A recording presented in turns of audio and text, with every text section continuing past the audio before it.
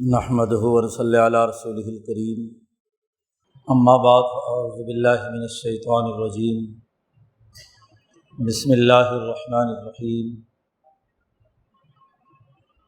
قال اللہ تبارک و تعالی: افحکم الجاہلیۃ یبغون ومن احسن من اللہ حکما لقوم یوقنون۔ وقال النبی صلی اللہ علیہ وسلم: الا کل شیء من امر الجاہلیہ موضوع تحت قدمی۔ صدق اللہ مولانا العظیم وصدق رسولہ النبی الکریم۔ معزز دوستو،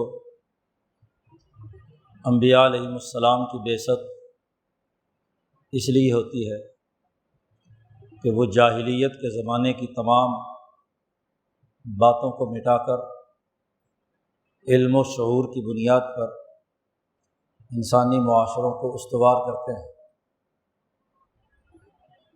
حضرت الامام شاہ ولی اللہ دہلوی فرماتے ہیں کہ آدم سے لے کر اب تک ہر نبی کے بعد ایک زمانہ ایسا آیا ہے کہ انسانیت پر جاہلیت طاری ہو گئی۔ جہالت انسانی سوسائٹی کی تباہی اور بربادی کا سبب ہوتی ہے، اور علم و شعور حقائق کی بنیاد پر معاشروں کی تشکیل وہی ترقی کا راستہ ہوتا ہے۔ انبیاء علیہم السلام دنیا میں ظلم و جہول انسان کو علم اور عدل و انصاف کے راستے پر گامزن کرنے کے لیے آتے ہیں۔ سب سے پہلے آدم علیہ السلام نے انسانیت کو ترقی کا راستہ دکھلایا، اور ان کے کچھ عرصے بعد جاہلیت پیدا ہو گئی۔ پھر ادریس علیہ السلام آئے، انہوں نے علم و شعور کے نئے زاویے متعارف کرائے، اور جو جاہلیت پیدا ہو چکی تھی اس کا خاتمہ کیا۔ پھر نوح علیہ السلام آئے، ان کے زمانے میں جو جاہلیت پیدا ہوئی اس کا مقابلہ حضرت نوح علیہ السلام نے کیا، انسانیت کو علم و شعور کے راستے پر ڈالا۔ ان کے بعد پھر خرابی پیدا ہوئی اور جاہلیت طاری ہوئی، تو پھر اللہ تبارک و تعالیٰ نے حضرت ابراہیم علیہ السلام کو اور ان سے پہلے حضرت صالح اور ہود علیہ السلام کو بھیجا۔ ابراہیم علیہ السلام کے بعد جاہلیت طاری ہوئی تو موسیٰ علیہ السلام آئے۔ موسیٰ علیہ السلام کے بعد داؤد، سلیمان اور عیسیٰ علیہ السلام، اور عیسیٰ علیہ السلام کے بعد جو جاہلیت پیدا ہوئی، بالخصوص مکۃ المکرمہ میں حضرت ابراہیم و اسماعیل کے بعد کوئی نبی نہیں آیا تھا، تو وہ جاہلیت کی انتہا پر تھا۔ اس جاہلیت کو ختم کرنے کے لیے، عالمی سطح کی جاہلیت کو ختم کرنے کے لیے امام الانبیاء حضرت محمد مصطفیٰ صلی اللہ علیہ وسلم تشریف لائے۔ قرآن حکیم نے جا بجا اس حقیقت کی نشاندہی کی ہے کہ جاہلیت کے زمانے کے جتنے بھی امور ہیں جو جہالت پر مبنی ہیں، وہ انسانیت کے لیے انتہائی نقصان دہ ہے۔ علم سے ہٹ کر جہالت کی بنیاد پر کوئی کام کرنا، سوسائٹی کو استوار کرنا، یہ اس معاشرے کے لیے انتہائی ہلاکت خیز ہے۔ قرآن حکیم نے اس آیت مبارکہ میں جو بھی خطبے میں تلاوت کی ہے کہ یہ کافر اور منافق لوگ حکم الجاہلیہ کو پسند کرتے ہیں۔ افحکم الجاہلیت یبغون، کیا یہ جاہلیت کے حکم، نظام، اس کی تلاش میں ہے؟ حالانکہ جاہلیت کے مقابلے میں اللہ تبارک و تعالیٰ کے احکامات سے بہتر حکم کون سا ہو سکتا ہے؟ لیکن یہ انہی کے لیے ہوگا جو یقین کی دولت سے مالا مال ہے، جو شک کی حالت میں ہے، مشکوک لوگ ہیں، منافقت اور گمانوں کے پیچھے دوڑتے ہیں، تو ان کے لیے اللہ کا حکم اچھا نہیں ہے، بلکہ وہ جاہلیت کے احکامات کو قائم کرنے کے لیے۔ اسی طرح ایک دوسری جگہ پر اللہ نے کہا کہ یہ کافر لوگ جو ہے اذ جعل الذین کفروا حمیت الجاہلیہ، ایسی حمیت اختیار کرتے ہیں، ایسی غیرت کا مظاہرہ کرتے ہیں، ایسی عصبیت کا مظاہرہ کرتے ہیں جو جاہلیت پر مبنی ہے، نسل پرستی، انسان دشمنی، طبقات کی تقسیم۔ یہ آیت مبارکہ اس وقت نازل ہوئی سورۃ فتح میں جب نبی اکرم صلی اللہ علیہ وسلم عمرہ کرنے کے لیے مدینہ سے چل کر حدیبیہ پہنچ گئے، اور آپ صلی اللہ علیہ وسلم عمرہ کرنے آئے ہیں، احرام باندھا ہوا ہے، کوئی ہتھیار ساتھ نہیں ہے کیونکہ جنگ لڑنے تھوڑا ہی آئے تھے۔ اب مکے کے مشرکوں نے روک دیا کہ آپ مکہ نہیں آ سکتے۔ پھر جو صلح ہونے لگی تو وہاں طرح طرح کی اڑچنیں لگائیں کہ جی بسم اللہ الرحمن الرحیم اس صلح پر نہیں لکھا جائے گا، محمد صلی اللہ علیہ وسلم کے ساتھ رسول اللہ نہیں لکھا جائے گا، طرح طرح کی رکاوٹیں کھڑی کی۔ جاہلیت اس کو قرار دیا گیا۔ بھائی مکہ مکرمہ تمام انسانوں کے لیے ہے، ابراہیم علیہ السلام سے لے کر حدیبیہ کے اس حضور کے پہنچنے تک کبھی کسی حاجی کو یا عمرے والے کو روکا نہیں گیا۔ مکہ مکرمہ کی پوری تاریخ میں اب حضور صلی اللہ علیہ وسلم وہاں پہنچتے ہیں تو یہ جو جاہلیت کے احکامات کے پابند لوگ ہیں جی، پرانے زمانے کی کہانیاں اور اس جاہلی تعصب کی بنیاد پر حضور کو روکتے ہیں کہ وہ مکہ میں داخل نہ ہوں، طرح طرح کی شرطیں عائد کرتے ہیں، کہتے ہیں اس سال واپس چلے جاؤ، اگلے سال آنا، اور صرف 3 دن تمہیں مکہ میں ملیں گے جی، شرائط عائد کرتے ہیں کہ حرم میں داخل نہیں ہو سکتے، اور داخل ہوں گے تو یہ شرطیں ہیں جی، ان شرائط کے ساتھ آپ حرم میں داخل ہو سکتے ہیں۔ اس کو قرآن حکیم نے کہا کہ یہی حمیت جو ہے وہ جاہلیت کی حمیت اور تعصب ہے، انسانیت کی بات نہیں۔ مکہ جو کھلا شہر رہا ہے تمام انسانوں کے لیے، تو وقت کا نبی وہاں داخل نہیں ہو سکتا، اور پھر لوگ احرام باندھ کر آئے ہیں عمرے کی نیت سے، کوئی لڑائی بھڑائی کی نیت نہیں ہے، اسلحہ ساتھ نہیں ہے، پھر بھی نبی اکرم صلی اللہ علیہ وسلم کو عمرہ نہیں کرنے دیا گیا، محصر بنا دیا، رکاوٹیں کھڑی کر دیں، احصار کر دیا۔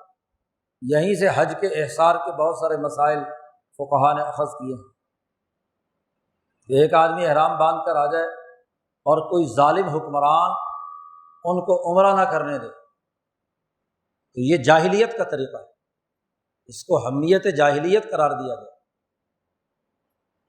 اسی طرح غزوہ احد کے موقع پر جب دشمنوں نے احد میں نبی اکرم صلی اللہ علیہ وسلم کے مقابلے پہ آ کر لڑائی کی تو یہ منافقین چھٹنا شروع ہو گئے۔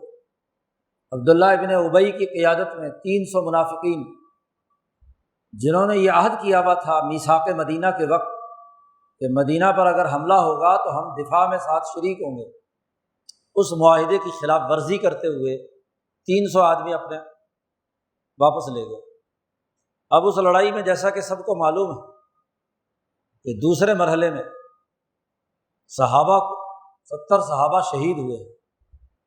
اس شہادت کے بعد عبداللہ ابن ابی نے مذاق اڑانا شروع کر دیا۔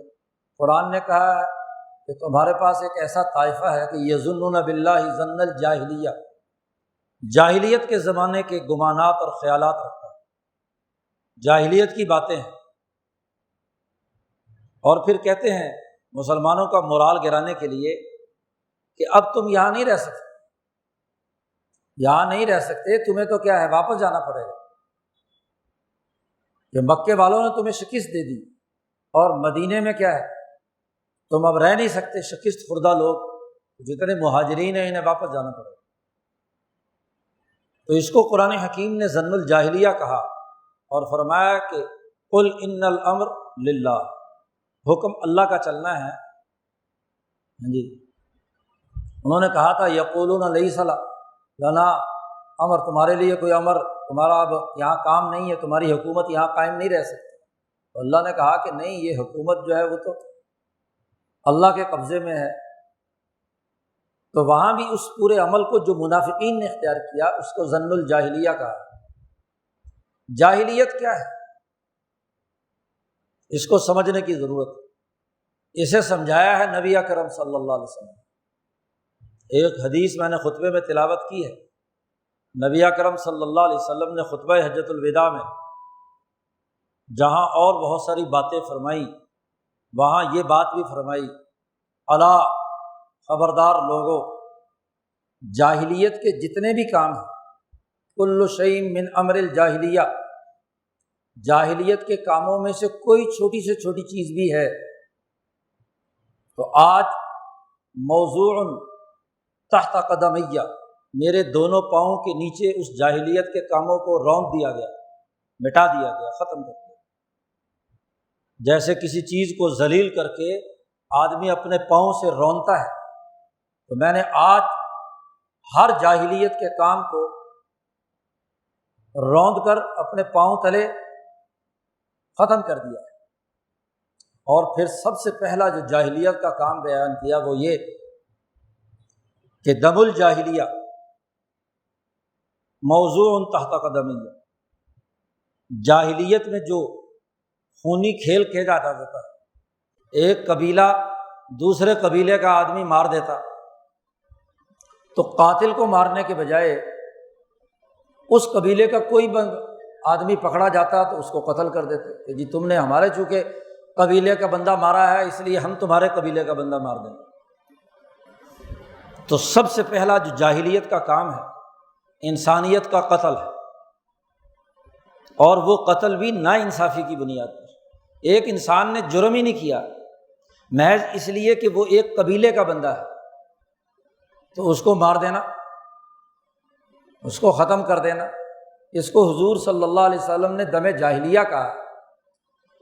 ایک خون وہ ہے کہ کسی قاتل نے کسی کو مارا ہے تو قاتل کو اس کے بدلے میں قصاص کے طور پر قتل کیا جائے تو وہ تو جرم کی پوری سزا ہے، اور وہ بھی اس لیے ہے کہ اس کے نتیجے میں انسانیت کی بقا اور حیات ہے، کیونکہ اگر انسان اسی طرح قتل ہونے لگیں اور ہر آدمی دوسرے کو قتل کر کے جان بچا لے تو پھر تو انسانیت باقی نہیں رہے گی۔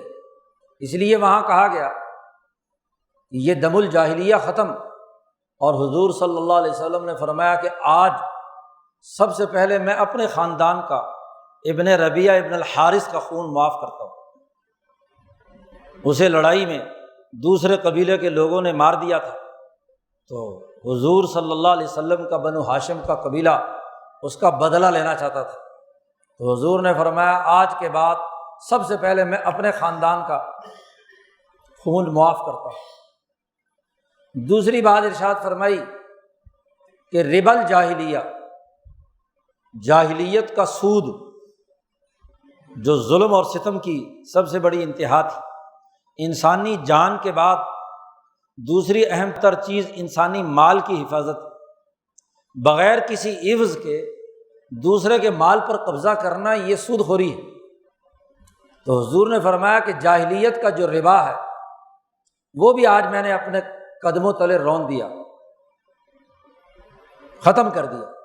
اور حضور صلی اللہ علیہ وسلم نے فرمایا کہ آج سب سے پہلا میں اپنے خاندان کا سود معاف کرتا ہوں، جی لینا تھا آج میں معاف کرتا ہوں کہ آئندہ یہ سود ہم وصول، مثال خود اپنے طور پر پیش کی کہ ربا الجاہلیہ وہ بھی ختم کر دیا۔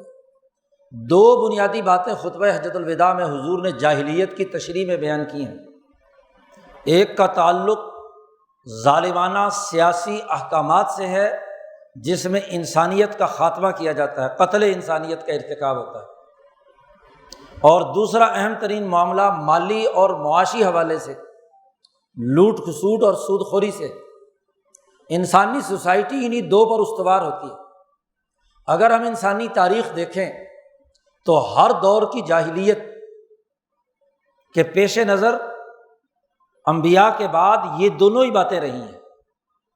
ادریس علیہ السلام کی آمد سے پہلے یہی دونوں باتیں پیدا ہوئیں، جس کا مقابلہ کرنے کے لیے ادریس آئے۔ یہی دونوں خرابیاں قرآن حکیم قوم نوح کی بیان کرتا ہے کہ تکبر اور غرور اور انسانوں کو حقیر سمجھنا اور مال لوٹنا۔ اس کے خلاف نوح علیہ السلام نے اس جاہلیت کا خاتمہ کیا۔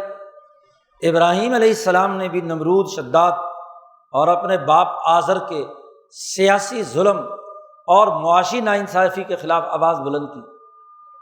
جی، موسیٰ علیہ السلام نے بھی فرعونیت اور قارونیت کے مقابلے پر علم و شعور کی شمع جلائی اور جاہلیت کے اس پورے نظام کو توڑا۔ داؤد اور سلیمان علیہ السلام نے بھی یہی کام کیا۔ موسیٰ علیہ السلام کی جدوجہد، عیسیٰ علیہ السلام کی جدوجہد اسی بات سے عبارت ہے۔ وہ یہودی جو نسلاً موسیٰ علیہ السلام اور یعقوب علیہ السلام کی اولاد میں سے تھے، وہی سود خور بن گئے۔ جی، وہی لوگ جو ہیں انسانوں کو قتل کرنے لگے، اور تو اور انبیاء کو قتل کیا ان یہودیوں نے، اور تو اور عیسیٰ علیہ السلام کے قتل اپنے خیال کے مطابق انہوں نے پھانسی چڑھا دیا۔ تو انبیاء کے قتل کے بھی درپیر ہے۔ انسانی خون اتنا ارزاں ہو گیا۔ اور نبی اکرم صلی اللہ علیہ وسلم کے بعد بھی، عیسیٰ علیہ السلام کے بعد بھی نبی اکرم صلی اللہ علیہ وسلم سے پہلے اس دورانیے میں بھی یہی ظلم تھے جو مشرکین مکہ لوگوں پر ڈھاتے تھے، کہ ربا الجاہلیہ تھا اور دم الجاہلیہ تھا۔ اور حضور صلی اللہ علیہ وسلم نے اعلان فرما دیا کہ قیامت تک اب اس جاہلیت کا میں نے خاتمہ کر دیا، جاہلیت میرے قدموں کے نیچے ہے۔ دیکھیے، مسلمانوں کا 1000 سالہ دور گزرا ہے، تو انہوں نے ان دونوں باتوں کی پابندی کی کہ سوسائٹی میں جاہلیت پیدا نہ ہو۔ لیکن بدقسمتی سے جب سے مسلمان حکمرانی کے منصب سے الگ کر دیے گئے ہیں، دنیا پہ ایسا سامراجی نظام قائم ہوا کہ جس نے اس دور کی جدید جاہلیت پیدا کی۔ وہی فرعونی، قارونی، حامانی نظام اس انسانیت پر مسلط کیا۔ آج کا دور جاہلیت جدیدہ کا دور ہے۔ جب سے یورپین بھیڑیوں نے انسانیت کو یرغمال بنایا ہے، ایشیا اور افریقہ پر قبضہ کیا ہے، تو انہوں نے جاہلیت کے نت نئے شگوفے، نئے انداز میں، نئے اسلوب میں، نئے دلائل کے ساتھ، پرانی شراب ہے اور نئے بوتل میں بھر کر یہاں پیش کی ہے۔ انسانوں کی سیاسی آزادی سلب کرنے اور انسانوں کی معاشی اور اقتصادی آزادی سلب کرنے، غلامی مسلط کرنے کے لیے پچھلے 250-300 سال سے یہ انسانیت دشمن، انسانوں پر ظلم کرنے والے بھیڑیے مسلط کرتے چلے آ رہے ہیں۔ سیاسی آمریتیں قائم کی نسل پرستی کی بنیاد پر۔ اقبال کو بھی کہنا پڑا کہ یورپین ان نسلوں کا، پورے معاشرے کا جو بنیادی اساسی پہلو ہے وہ نسل پرستی ہے۔ حتیٰ کہ کوئی انگریز اگر مسلمان بھی ہو جائے تو سیاہ روز رہے گا مسلمان پھر بھی۔ ظلم اور تکبر کی انتہا یہ ہے، یہ انسانوں کو حقیر سمجھتے ہیں، انسانوں کی عزت نہیں کرتے، انسانوں کے قتل عام ان کے ہاں کچھ حیثیت نہیں رکھتا۔ یعنی جاہلیت کا خون لینے کا جو طریقہ کار ہے وہ پچھلے 250 سال سے انسانیت پر مسلط۔ اور دوسرا، سود خوری کی اساس پر سرمایہ داری نظام جو ربا الجاہلیہ تھا، اس کو بھی نئے دلائل کے ساتھ، نئے خوشنما نعروں کے ساتھ، نئے دلائل کے ساتھ انسانیت کے سب سے بڑے ظالم ایڈم اسمتھ اور اس کے ماننے والے لوگوں نے کیپٹل کو اصل بنا کر ظلم و ستم کے اس نظام کو انسانیت پر مسلط کیا۔ یہ جاہلیت جدیدہ ہے۔ اس جاہلیت جدیدہ کی 250 سالہ تاریخ گواہ ہے کہ انہوں نے دنیا بھر میں انسانوں کا خون پیا ہے۔ جی، بر عظیم پاک و ہند میں ایک صرف دلی شہر میں 55,000 لوگ صرف چند مہینوں میں تہہ تیغ کر دیا۔ 1857 کی جنگ آزادی میں لاکھوں انسانوں کی آزادی سلب کرتے ہوئے انہیں قتل کی بھیڑ چڑھا دیا۔ جی انسانی تاریخ گواہ ہے۔ پھر جنگ عظیم اول میں انسانوں کو تباہ و برباد کیا، 2 کروڑ انسان انہوں نے، بلکہ بعض اندازوں کے مطابق 4 کروڑ تک انسان انہوں نے قتل کیے آپس کی لڑائیوں میں۔ پھر جنگ عظیم دوم میں تباہی اور بربادی اتاری، خون ان کی گردنوں پر ہے، یہ دنیا کی نسل پرست قوم۔ پھر ایٹم بم گرا کر جاپانی انسانیت کو تباہ و برباد کرنے میں انہوں نے کردار ادا کیا۔ اس کے بعد مسلسل جنگیں مسلط کر کے انسانیت کا خون بہایا، دم الجاہلیہ، جاہلیت کا خون بہانے میں، اور اس کے لیے بڑے دلائل، خوبصورت دلائل ہیں، خوشنما باتیں ہیں، سیاسیات کے سبق پڑھائے جاتے ہیں، جمہوریت کے نعرے لگائے جاتے ہیں، ہاں جی، سیاست کی باتیں کی جاتی ہیں، انسانی حقوق کی پاسداری کے حلف اٹھائے جاتے ہیں، سب دھوکہ اور فراڈ۔ لیبیا تباہ کر دیا، قذافی کو سزا دی، قذافی کو راستے سے ہٹایا، آج وہ پورا لیبیا سلگ رہا ہے۔ صدام حسین کو ہاں جی ایک پرامن ملک عدل و انصاف کے ماحول سے ہٹایا، آج پورا عراق سلگ رہا ہے، افغانستان تورا بورا ہو چکا، کشمیر میں تباہی اور بربادی اتر رہی ہے، افریقہ اور ایشیا کی اقوام پر ظلم و ستم کے پہاڑ توڑے جا رہے ہیں۔ اور پھر اسی طریقے سے سود خوری کا یہ سرمایہ داری نظام ملکوں کو غلام بناتا ہے، قرضوں کی معیشت مسلط کر کے انسانوں کو یرغمال بنانے کا نیا حربہ اختیار کیا گیا۔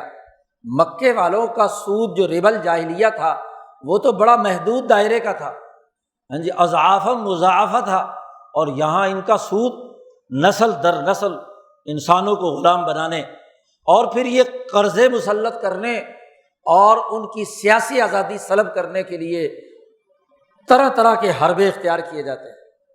جی 1918-19 کے اندر اسپینش فلو کے نام پر وائرس پوری دنیا میں مسلط کر کے 2 کروڑ انسانوں کو موت کی گھاٹ اتار دیا گیا، اور اس کی بنیاد پر نیا ڈھانچہ قائم کیا، نیو ورلڈ آرڈر، جس میں خلافت عثمانیہ ختم کر کے برطانیہ اور فرانس نے دنیا کے تمام مسلمان خطوں پر انسانیت پر سیاسی تسلط حاصل کیا اور غلامی کی سیاہ رات ان پر مسلط کی۔ جنگ عظیم دوم میں کیمیائی ہتھیار استعمال کر کے انسانیت کے لیے تباہی اور بربادی کا راستہ اختیار کیا اور انسانوں کو یرغمال بنایا، ملکوں کو تباہ و برباد کیا، جرمنی کی اینٹ سے اینٹ بجا دی، اس کے 2 حصے کر کے انسانیت کو غلام بنا لیا گیا۔ تباہی اور بربادی کی ایک نئی داستان انسانیت کے سامنے مسلط ہوئی۔ 1960 سے کورونا کے نام سے وائرس پیدا کر کے انسانیت کو غلام بنانے کے نئے حربے، آج کووڈ-19 کے نام پر پوری انسانیت کے لیے تباہی اور بربادی کے لیے ایک جاہلیت کا نیا دور شروع ہوا۔ یہ جاہلیت کی وہ کہانیاں ہیں جی جو کبھی کسی وائرس اور کبھی نام نہاد میڈیکل سائنسز کے نام پر وہ تمام جاہلیت کے امور نئے انداز میں انسانیت پر مسلط کرنے کا عمل کیا گیا۔ نبی اکرم صلی اللہ علیہ وسلم نے فرمایا تھا کہ میں نے جاہلیت کے تمام امور اپنے قدموں کے نیچے رون دیے، اور جاہلیت کے امور میں سے ایک بات یہ بھی تھی، یہ کوئی نئی بات ہے یہ آج کل ڈاکٹر کہہ رہے ہیں جی کہ میڈیکل سائنسی جو کہانیاں سنا رہی ہے یہ کوئی نئی بات نہیں ہے، حضور کے زمانے میں بھی جاہلیت کا یہ کام تھا۔ نبی اکرم صلی اللہ علیہ وسلم کے پاس آ کر دیہاتی نے یہی بات کہی تھی کہ خارشی اونٹ باقی اونٹوں میں مل جاتا ہے تو ساروں کو خارش پیدا ہو جاتی ہے، اس لیے ایک نیزے کا فاصلہ ہونا چاہیے۔ کیا کہا؟ یہ ایک نیزے کا فاصلہ 6 فٹ کا ہوتا ہے، نیزہ 3 فٹ کا یا 6 فٹ کا، 2 طرح کے نیزے ہوتے ہیں، تو یہ ایک نیزے کا فاصلہ ہونا چاہیے۔ یہ تمہاری کوئی نئی تحقیق ہے؟ یہ تو مکے کے مشرک بھی کرتے تھے، یہ تو مدینے کے بدو اور دیہاتی بھی کرتے تھے، یہ کوئی نئی بات ہے۔ اور حضور صلی اللہ علیہ وسلم نے اس کی بات سن کر صاف طور پر کہہ دیا۔ 7 صحابہ سے یہ روایت مروی ہے جنہوں نے کہا بخاری مسلم میں صحاح ستہ میں، بخاری میں 3 جگہ ابو ہریرہ سے، انس بن مالک سے، عبداللہ بن مسعود سے، فقہائے صحابہ ان سے یہ روایت مروی ہے کہ کوئی مرض متعدی نہیں ہوتا۔ رسول اللہ صلی اللہ علیہ وسلم تو کہیں کہ جاہلیت کا یہ کام ہم نے پاؤں کے نیچے رون دیا، اور یہاں جاہلیت دوبارہ زندہ ہو کر آ گئی۔ ایک ہے مرض کا ہونا، مرض تو اس زمانے میں بھی تھا، مرض کو تو حضور نے بھی تسلیم کیا۔ دیہاتی نے کہا تو پھر ہمارے اونٹ کیوں بیمار ہوتے ہیں؟ جی اگر کوئی متعدی مرض نہیں ہوتا، سوال کیا اس نے حضور صلی اللہ علیہ وسلم سے کہ آپ کہتے ہیں کہ مرض متعدی نہیں ہوتا، لیکن ہمارا تجربہ ہے کہ بیمار اونٹ باقی اونٹوں میں بٹھا دیے جائیں تو وہ کیا ہے، بیمار ہو جاتے ہیں۔ تو حضور صلی اللہ علیہ وسلم نے پھر دیہاتی سے الٹا سوال کیا کہ آپ یہ بتلاؤ کہ اگر صرف ساتھ رہنے سے مرض لاحق ہوتا ہے تو فمن اعدل اول، جی سب سے پہلا 0 پیشنٹ جو ہے، جو سب سے پہلا مریض بنا تھا، وہ کس کی صحبت میں، کس کے ساتھ ٹچ ہونے سے وہ مریض بنا؟ جی عقلی سوال ہے نا کہ پہلا پیشنٹ جو بنا تھا، آج امریکہ اور چین لڑ رہے ہیں کہ جی 0 پیشنٹ کہاں تھا، جی وہ چین میں تھا یا کیا ہے، امریکہ میں تھا۔ چین کہتا امریکہ میں تھا اور امریکہ والے کہتے چین میں۔ اور اب ایک نئی کہانی بھی آ گئی کہ جرمنی والوں نے تحقیق اور ریسرچ کی کہ یہ تو مارچ 2019 میں یہ وائرس گندے پانی میں بھی پایا گیا ہے، جی جو پرانے گٹر کے پانی ہیں ان میں یہ وائرس پایا گیا ہے۔ آپ دیکھیے کہ یہ سوال بڑا بنیادی ہے کہ پہلا مریض کس کی ساتھ ٹچ ہو کر مریض بنا تھا؟ حضور نے عقلی سوال پیدا کیا۔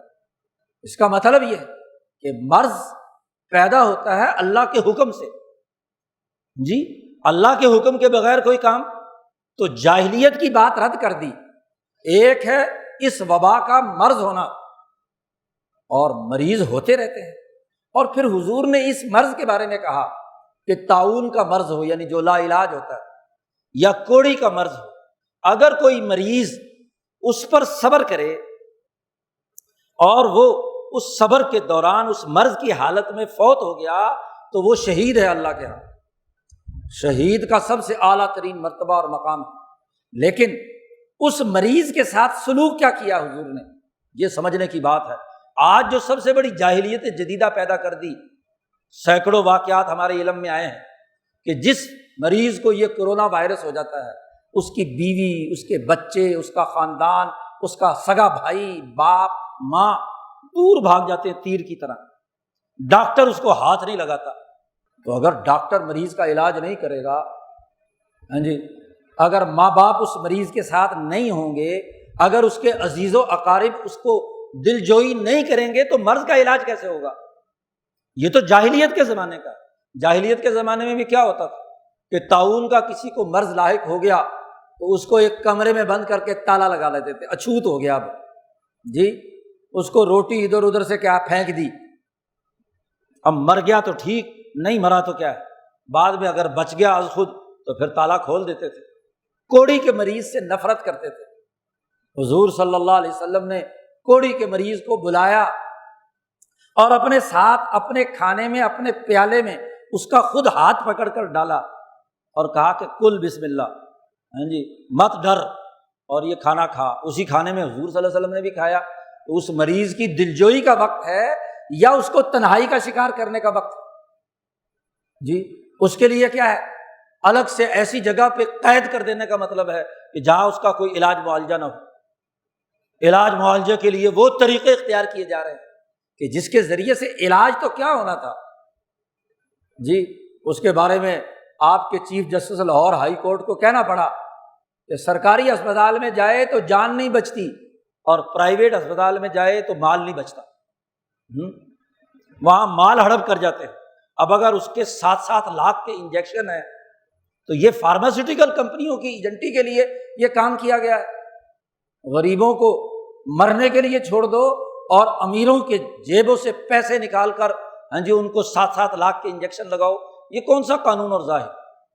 مریض مرض ہے، مرض کا کون انکار کر سکتا؟ وہاں بھی حضور نے مرض کا انکار کیا ہے۔ لیکن مریض کے ساتھ جو تعلق قائم کرنا ہے، حضور نے فرمایا کسی کو مریض کو بخار ہو جائے، بیمار ہو جائے تو جاؤ اس کے ماتھے پر ہاتھ رکھو اور اس کو دعا دو کہ اے اللہ اس کو شفا دے دے، تو ہی مرض کو دور کرنے والا ہے۔ اور یہاں مریض ہونے کا ابھی کل ہی پرسوں ہمیں رپورٹ ملی، دوست ہمارے، ان کا سگا چھوٹا بھائی اس کا کورونا ٹیسٹ جو ہے پازیٹیو آ گیا۔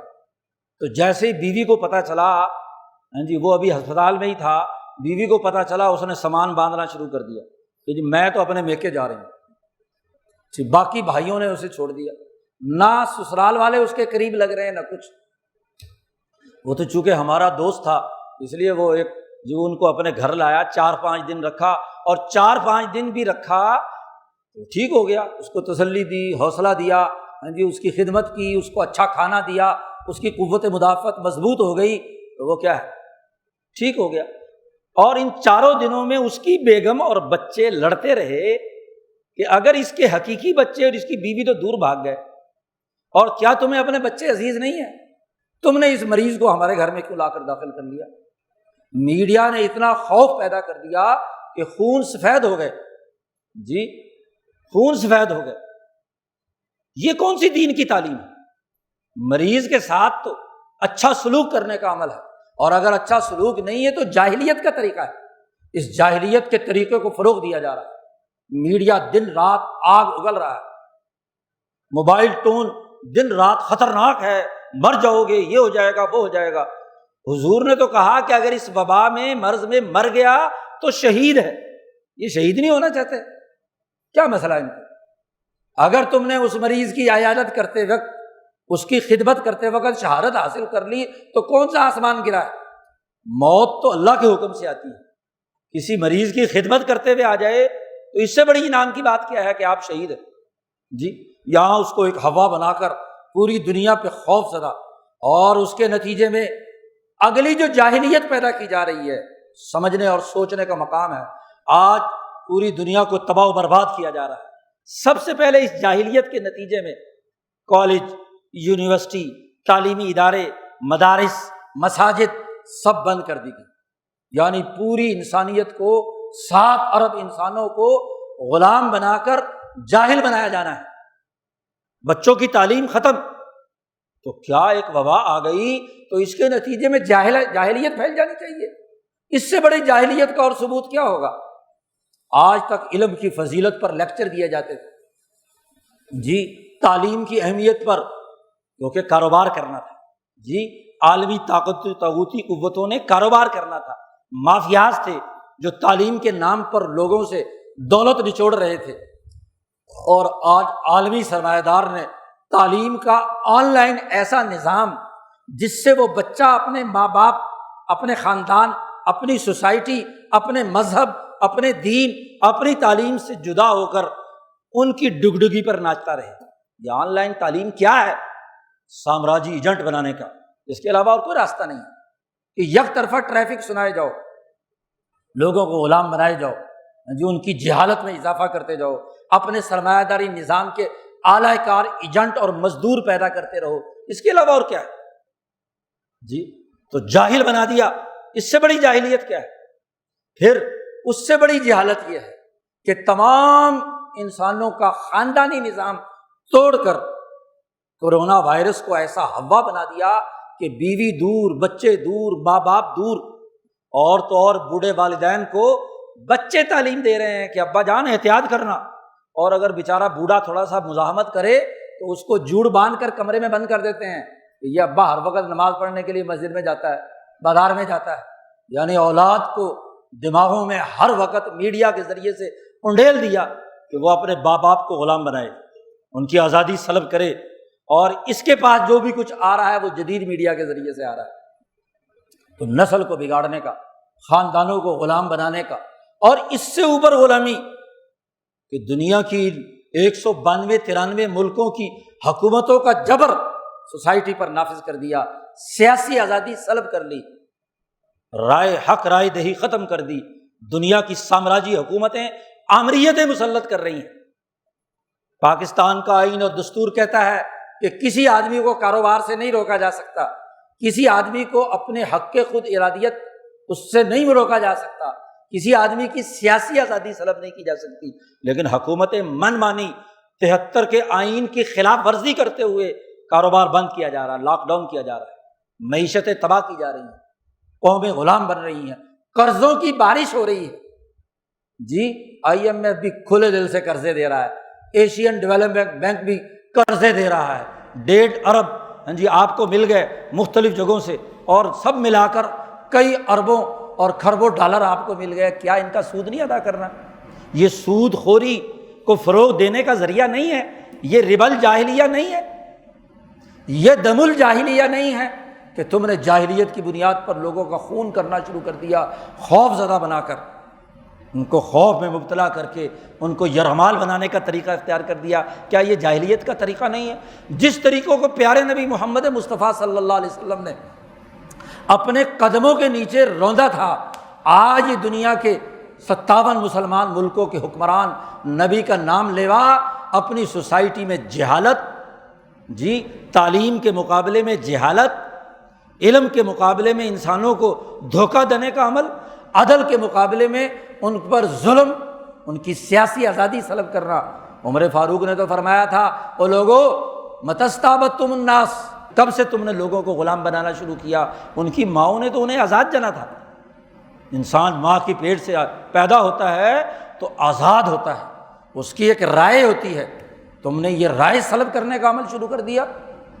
عمر فاروق نے فرمایا کامل مرد وہ ہوتا ہے جو اپنی رائے رکھے آزادانہ، جی، اور جو اپنی رائے نہیں رکھتا وہ بیچارہ لاشۂ محض ہے، اس کی کیا حیثیت ہے؟ تو ان تمام کو لاشۂ محض بنا دیا، ان کی رائے 22 کروڑ لوگوں کی روند کر ایک خاص طاقت اور قوت اور مقتدرہ نے پوری سوسائٹی کو غلام بنا کر کہا بازار نہیں کھول سکتے، فلاں نہیں کر سکتے، فلاں نہیں کر سکتے، فلاں نہیں کر سکتے۔ یہ مرض مدینہ میں بھی آیا، مکہ میں آیا، کون سا بازار بند ہوا تھا؟ کون سے لوگوں کی آزادی سلب کی تھی؟ کون سی ان کی رائے پر پابندی لگائی گئی تھی؟ عمر فاروق نے تعاون کے حوالے سے فیصلہ کیا، امیر المومنین نے، تو وہاں بڑی جرأت اور دلیری سے اس کی مخالف رائے صحابہ نے دی۔ بخاری میں پوری روایت موجود ہے، آج کل مولوی اس سے غلط استدلال کرتے ہیں، وہاں آزادی رائے ہے، اور رائے کھل کر دی، اس رائے پر کوئی قدغن نہیں لگائی گئی۔ تو رائے تو ہے نا، اور یہاں رائے پر پابندی ہے، جی رائے دینے پر بھی پابندی ہے۔ تو آج جاہلیت کا زمانہ لوٹ آیا ہے، اور جب جاہلیت کا زمانہ لوٹ آئے تو اللہ تعالیٰ نے کیا کہا ہے؟ یہاں حمیت الجاہلیت کے بعد کہا کہ انزل اللہ سکینتہ علی رسولہ، اللہ نے اپنے رسول پر اور پوری جماعت پر اطمینان اور سکون نازل کیا، وَأَلْزَمَهُمْ کلمۃ التقویٰ، اور صحابہ کے دلوں میں تقویٰ کا کلمہ گاڑ دیا کہ ان تمام تر جاہلیت کے مقابلے میں متقی بن کر اس کی مزاحمت کرو۔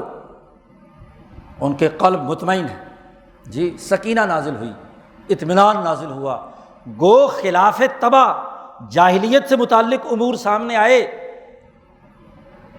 کہ معاہدہ صلح حدیبیہ میں صلح حدیبیہ کے موقع پر نبی کے بارے میں کہا گیا کہ رسول اللہ نہیں لکھنا، ایسی شرطیں لگائی گئیں کہ جو کسی بھی طرح شایان شان نہیں تھیں، لیکن ایسی جاہلیت کے زمانے میں صحابہ نے صبر و استقامت کے ساتھ اپنے نظریے پر ڈٹے رہے، اور اس کا اظہار 2 سال کے بعد مکہ کے فتح ہونے کی صورت میں ظاہر ہوا۔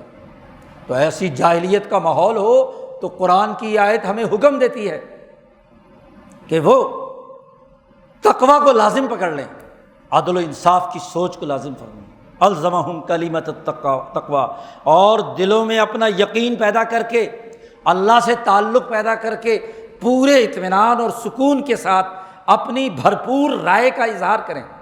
یہ صحابہ کی سنت۔ اسی طرح غزوہ احد میں جب انہوں نے یظنون ظن الجاہلیہ، جاہلیت کے گمانات اور پروپیگنڈا کرنا شروع کیا، تو وہاں صحابہ سے کہا کہ دیکھو تمام معاملات اللہ کے قبضے میں ہیں اور اللہ کی حکمرانی غالب ہو کر رہے گی۔ جی یہ جاہلیت کا زمانہ زیادہ دیر نہیں رہ سکتا، جیسے پچھلی جاہلیتیں انبیاء علیہم السلام نے ختم کی ہیں، ایسے ہی یہ جاہلیت جدیدہ نبی اکرم صلی اللہ علیہ وسلم کی جماعت کے جو قیامت تک ایک سچی جماعت قائم رہے گی، اس کی مزاحمت اس جاہلیت کے خلاف ہوتی رہے گی۔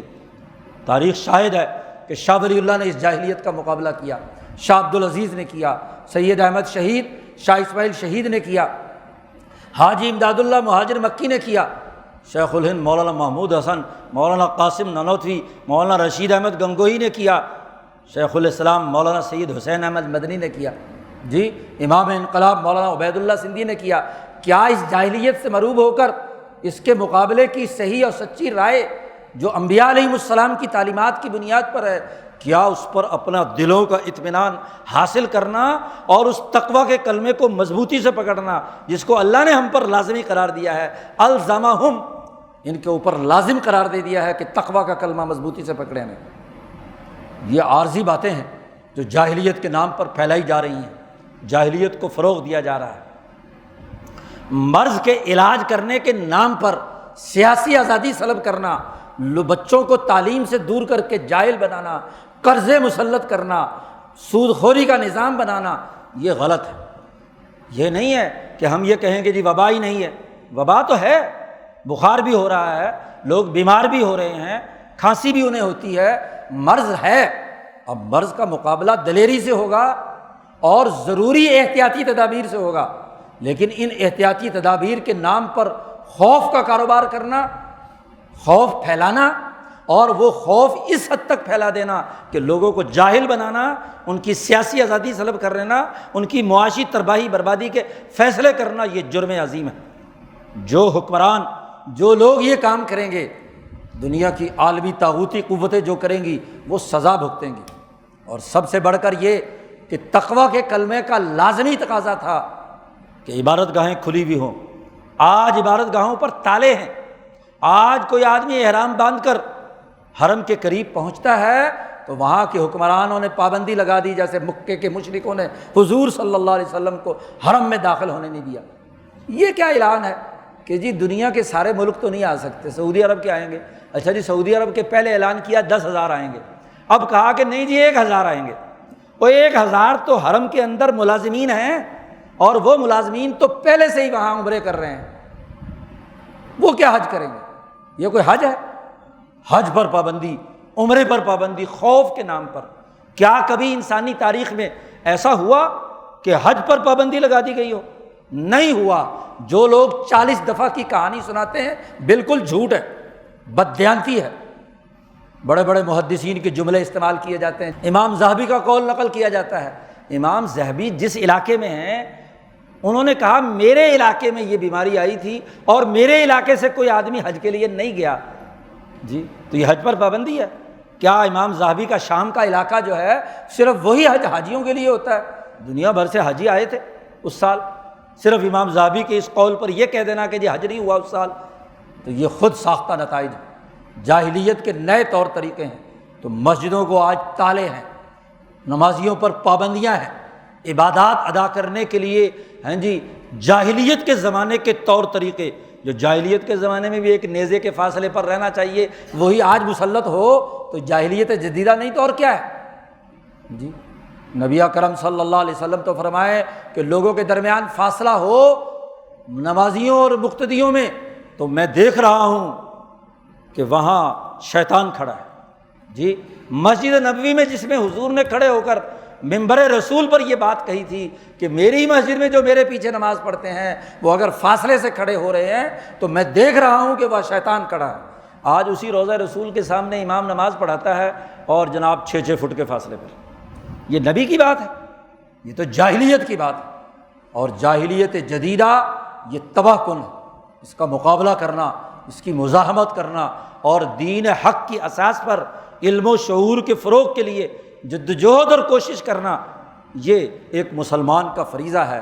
کیوں کہ الزمہم کلمۃ التقوی، ان پر لازم قرار دیا ہے تقوی کا کلمہ، تقوی سے متقی ہونا، اور اس کی بنیاد پر اپنی اس رائے پر مطمئن ہونا۔ آج عجیب بات ہے کہ جو ان نام نہاد میڈیکل سائنسز کے لوگوں کی بنیاد پر حکمرانوں نے مسلط کیا، ہمارے مولویوں اور مفتیوں نے بھی اسے تسلیم کر کے مذہب کو بھی اس راستے پر ڈال دیا جو جاہلیت کی تائید کرنے والا ہے۔